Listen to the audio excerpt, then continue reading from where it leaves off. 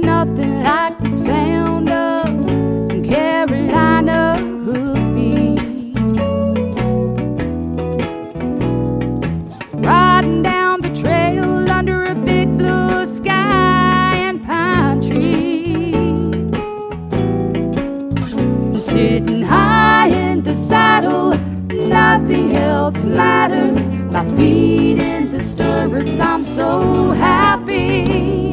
There's nothing like the sound of Carolina hoofbeats.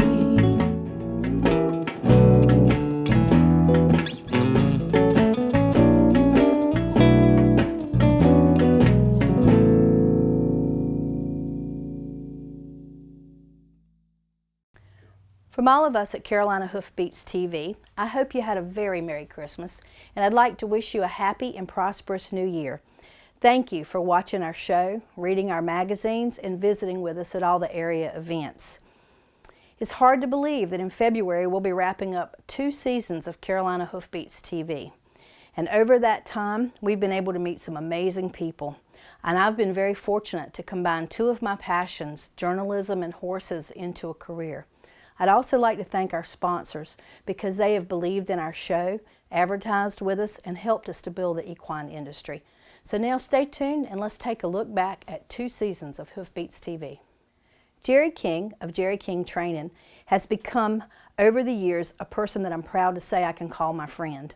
Jerry's accolades include the World Paint Cutting Horse Championship, AQHA Congress Champion, all of those things many times over. Jerry is also a pillar in our equine community and an expert horseman. In this show, Jerry gave us a quick lesson on cutting, so let's take a look back. Start with is a little bit about cutting.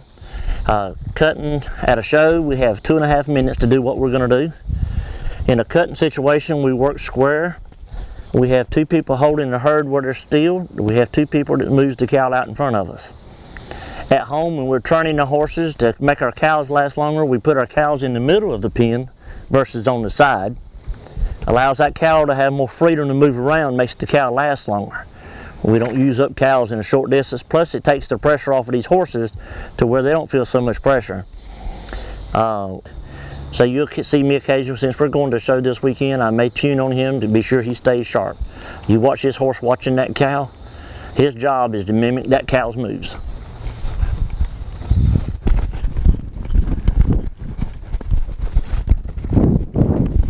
You watch him when he stops, how he sits on that butt. He waits for that cow before he turns around. He's always on his butt.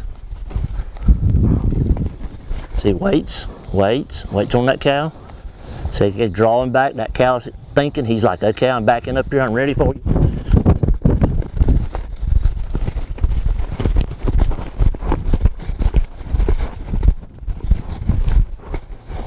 We have a lot of people come up and they want to take a cutting lesson.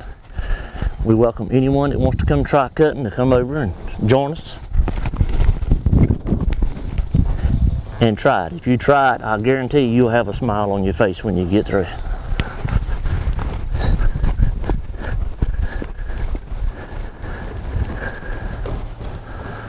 The key to being able to stay on a horse, a lot of people say, how do you stay on? If you want to stay on, the best way to do it is always keep your eye on that cow no matter what. See that horse draw back? In case that cow wants to give a quick move and try to sucker him. Okay.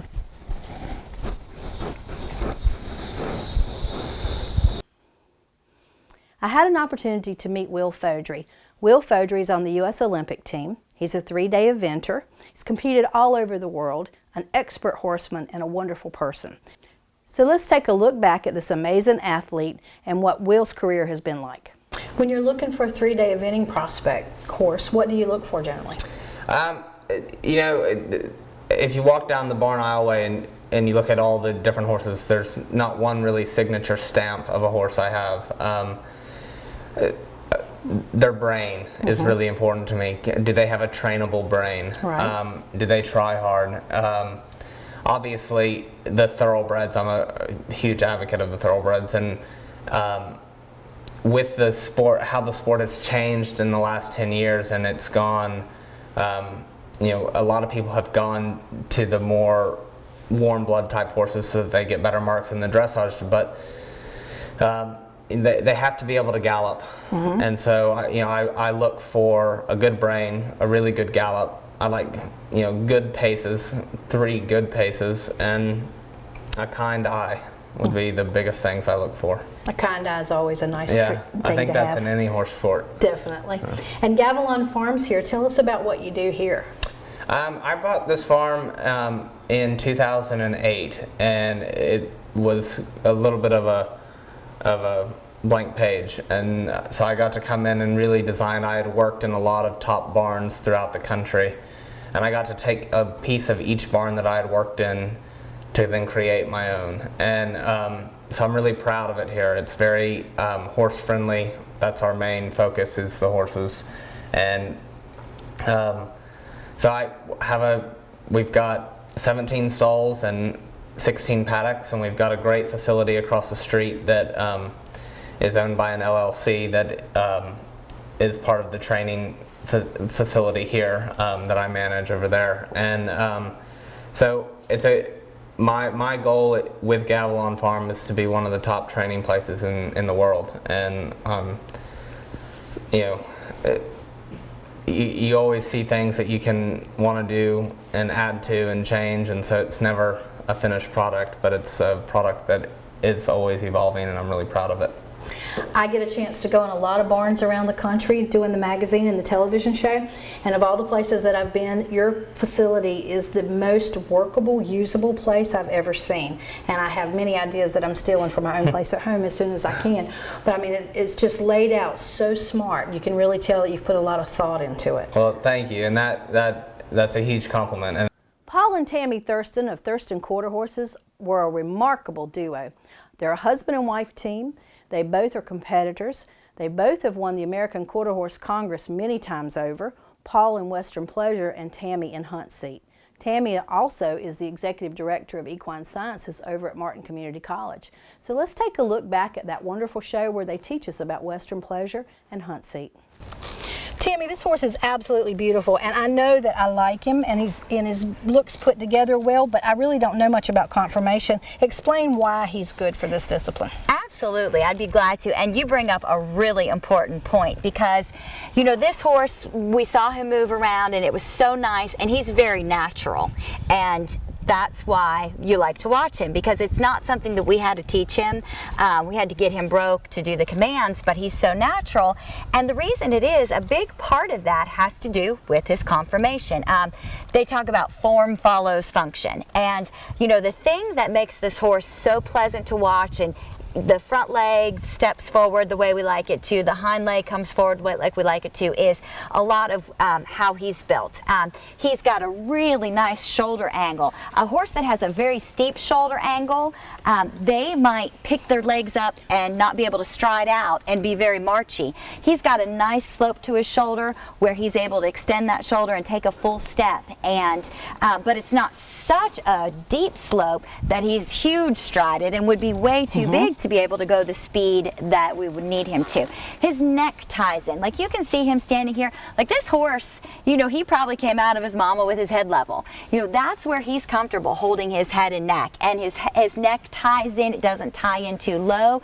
It ties in beautifully. And then you can see his head and neck are very, very well proportioned to the rest of his body. And that's really important, because, you know, if you've got a horse with a really long neck or a really short, fat neck, it just doesn't all tie together really well. A pretty head that fits the shape of his body. His angles, he's not set up too upright on his feet, and he's not set down. You know, he's got a really nice angle. His hock. Paul, you want to talk about the hock a little bit, what we look for?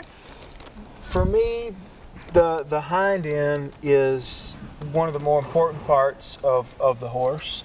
I like to look at a horse that has what I call a trapezoid body shape. So their hip angle and their shoulder angle are the same, and their body is made in the shape of a trapezoid. Most of the time with those types of horses, their hock hangs what I call straight underneath them. So from their tail, you would like their hock to be straight down and their cannons to go straight down from that. That allows the horse to stride up under themselves and have the push and the rhythm that that you need to be able to complete the class properly. Don't go away. Carolina Hoofbeats TV will be right back. My name is Scott Brookins, and I am the owner of Brookins Construction and MD Barn Master of the Carolinas. At MD Barn Master, we have the best warranty in the business. We have a variety of designs to choose from. Our barns are easily customizable to meet and meet your needs. We have financing available to those who qualify. Our barns are fire resistant and they hold their value with little maintenance. Let us build your dream barn for you today. People from around the Triangle come to Carolina Barbecue of Garner off Highway 70 because they know what they'll get. Authentic Eastern North Carolina chopped barbecue, Southern fried chicken, hush puppies, Brunswick stew, and more. But did you know that they'll come to you? For your next backyard party, company event, graduation party, weddings, rehearsals, or any other occasion, you bring the people, and Carolina Barbecue of Garner will bring the pig. Call 773-0222. Follow me to Carolina Barbecue. Our next look back is legendary Arabian trainer Virginia Godwin. Virginia Godwin established Chesapeake Training Center about 30 years ago, and in that time period she has won just about every award possible to win in the Arabian arena. So let's take a look back while Virginia explains to us the versatility of the Arabian horse breed. Virginia, this is a beautiful mare. Tell us all about her. Well, she is a 9-year-old, and she's an English pleasure mare that exemplifies to me extreme Arabian type. A very pretty, refined head, you know, flaring nostrils.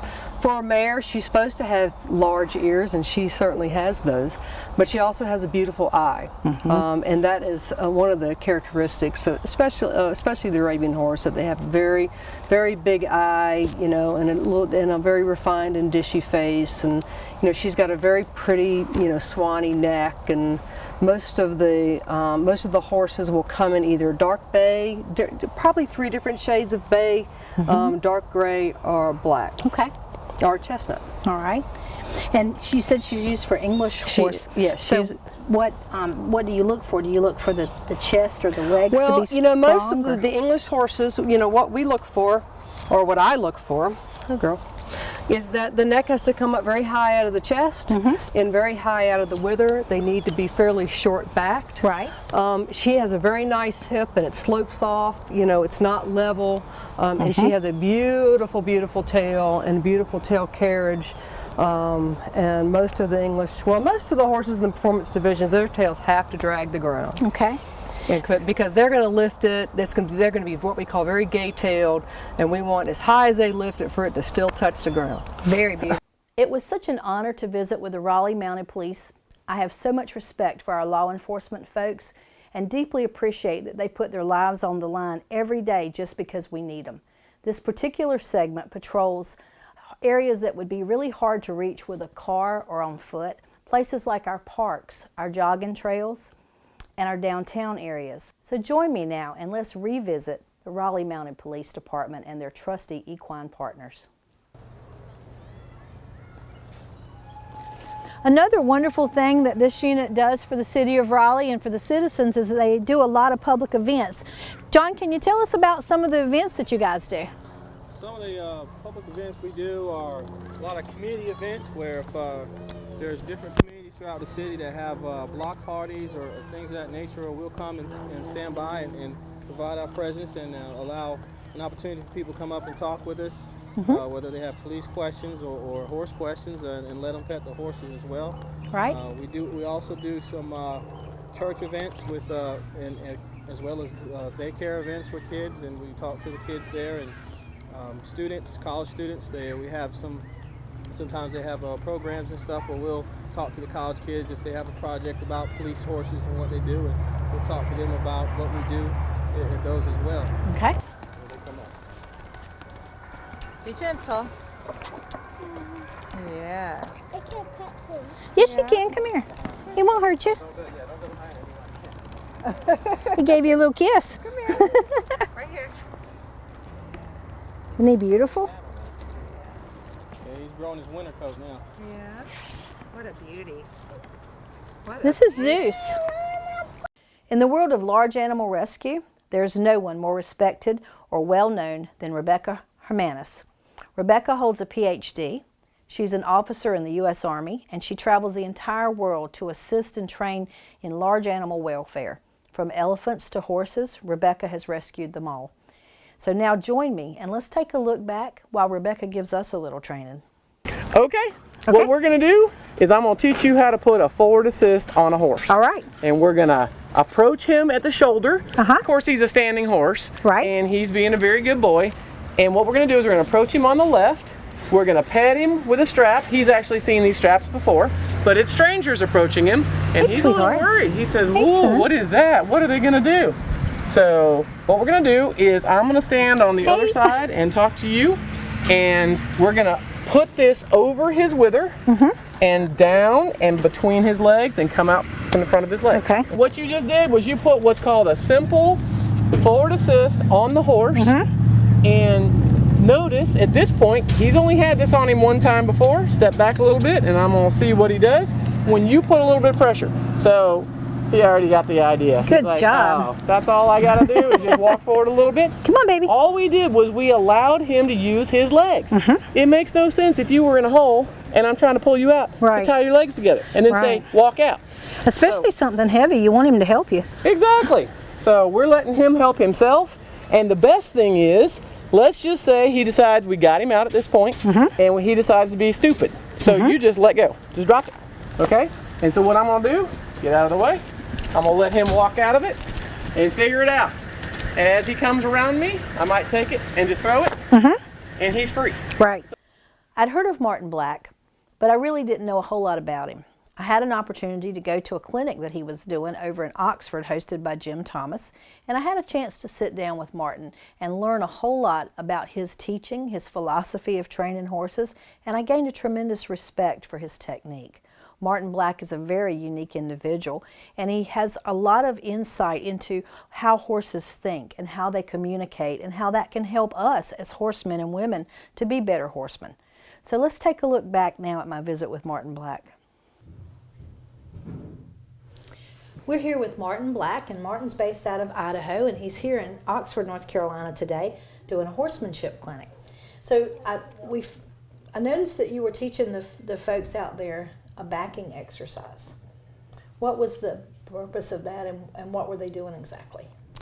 Well, the problem that we have with horses backing up usually relates to the horse not getting the hind feet prepared to get out of the way or to take the lead so the horse can back up free. And I use the analogy of trying to push a chain versus trying to pull a chain. And if we're trying to get the horse to back up, if the hindquarters initiate the back up, that would be like somebody grabbing the horse by the tail or taking a chain from that end and pulling it. All the links of the chain or the vertebrae of the horse will stay straight because it's being initiated from behind, as opposed to initiating it from the front end of the horse with the bit in his mouth. His head comes up, his neck might bulge out to one side, and his shoulders go out, his ribs go out. And the reason that everything's getting bent out of shape is because the hind end isn't moving. The movement is starting from the front end. And they can back up crooked, they can kind of roll up in a ball, they can hollow their back and their head goes up. And anyway, all these problems are because the hind end isn't moving first. So to get the hind end to move first, we just leave the front end in place and try to get the hind end to step to the side. Right. Stay tuned. We'll be right back with a look back at our past seasons.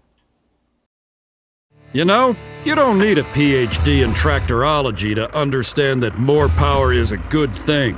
Mahindra tractors are engineered for maximum power and backed by a 5-year powertrain warranty. Yes, sir, Mahindra tractors even have enough power to give the competition a lift. Take a good look at the world's #1 selling tractor, Mahindra.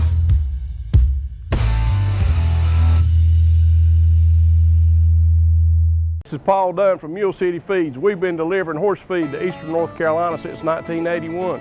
And not only have we been delivering it, we've been leading the industry so far as compliance with state North Carolina and giving the best quality product possible. We test everything that comes in from the local farmers. We do quality assurance and we deliver the product. Give us a chance. Your neighbors giving us a chance. We'd like to have your business here at Mule City Feeds. Also, when you deal with the big feed companies, you might have to wait 4 or 5 days just to get the feed. Give us a call and you'll be shocked we'll deliver in an hour.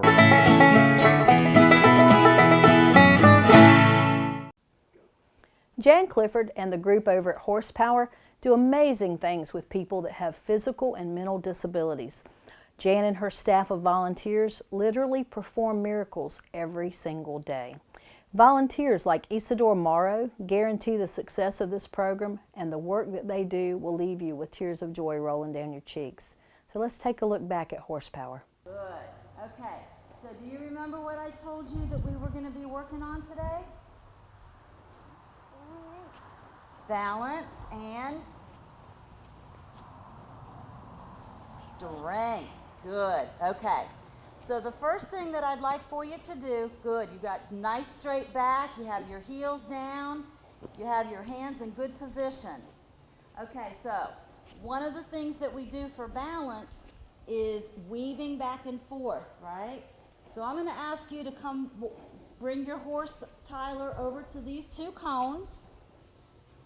Do you remember steering? If you're going to steer to the right, take your right hand to your right hip. Good. Okay, so start at this cone right here, and I want you to weave a figure 8. Do you remember what a figure 8 looks like? Okay, hold your reins. Hold your reins. Good. Okay. Can you say walk on? Walk on. Yes, sir. Now you're going to do your first loop to the left. So pull that left hand to your hip. Watch where you're headed. You want to look in the same direction that you want your horse to go. So always look forward. Okay, now get ready with your right hand. Pull that right hand to your hip. Nice. I like how you're keeping that back straight. Let's try it one more time. Come around, use that left hand to your hip. Look in where you want to go. Look in the direction you're going. Good. And one more time to the right.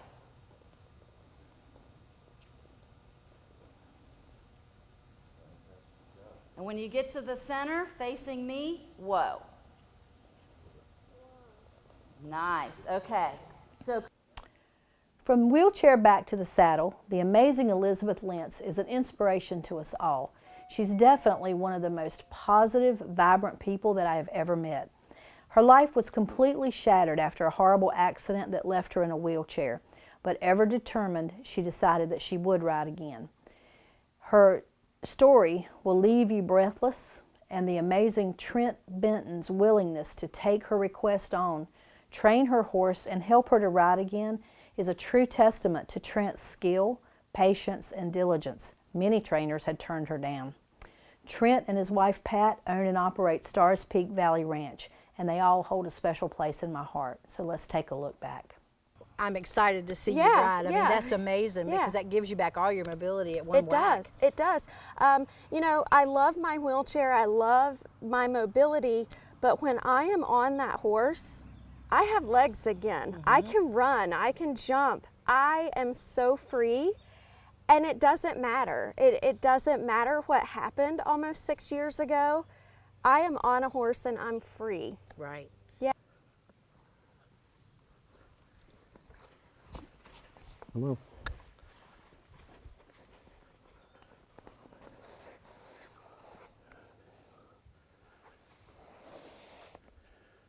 Come on. Ooh, good boy. Also, sometimes he gets a little impatient, so we have to wait.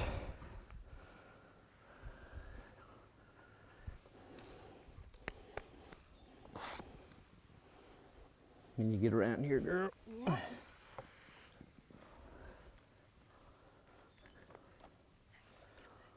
Breathe. Good boy, Snick. Good boy. Good boy, Snick. Whoa. Whoa. Wait just a minute. I'll go ahead. I believe he's all right.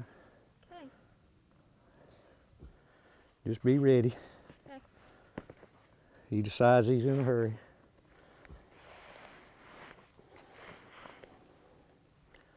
There's your reins. Got it.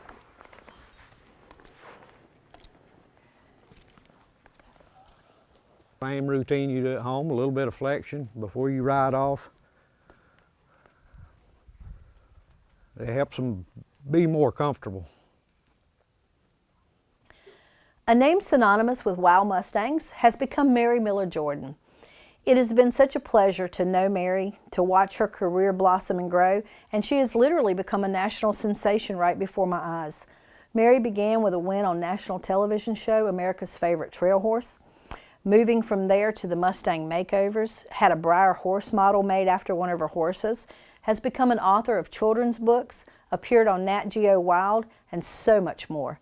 So join me now and let's take a look back at Mary's revolutionary training idea called Be Me. Those dreams that we dreamed about, you know, since we were little, things visions that we've had, we bring those into reality through this mirrored relationship of two Be Me's becoming one.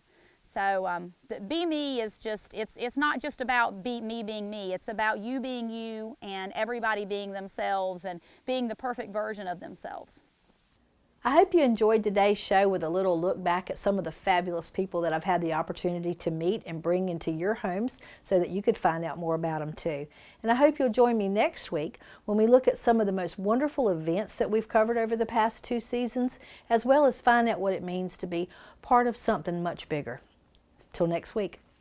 We're your neighborhood source for everything you need from your farm to your home. At Harper Sales and Service, a division of Harper Landscaping, we can cater to all your mowing needs. Whether you need to start out with a beginner series for those smaller lawns, you can work your way all the way up to a 0 turn and even get into those bigger areas where you might have an acre or 2 or more. My animals depend on me, and I depend on Harper Equipment Sales and Services to keep me running. From my weed eater to my tractor, they can fix it all. When you look for Harper Landscaping, it's no sweat.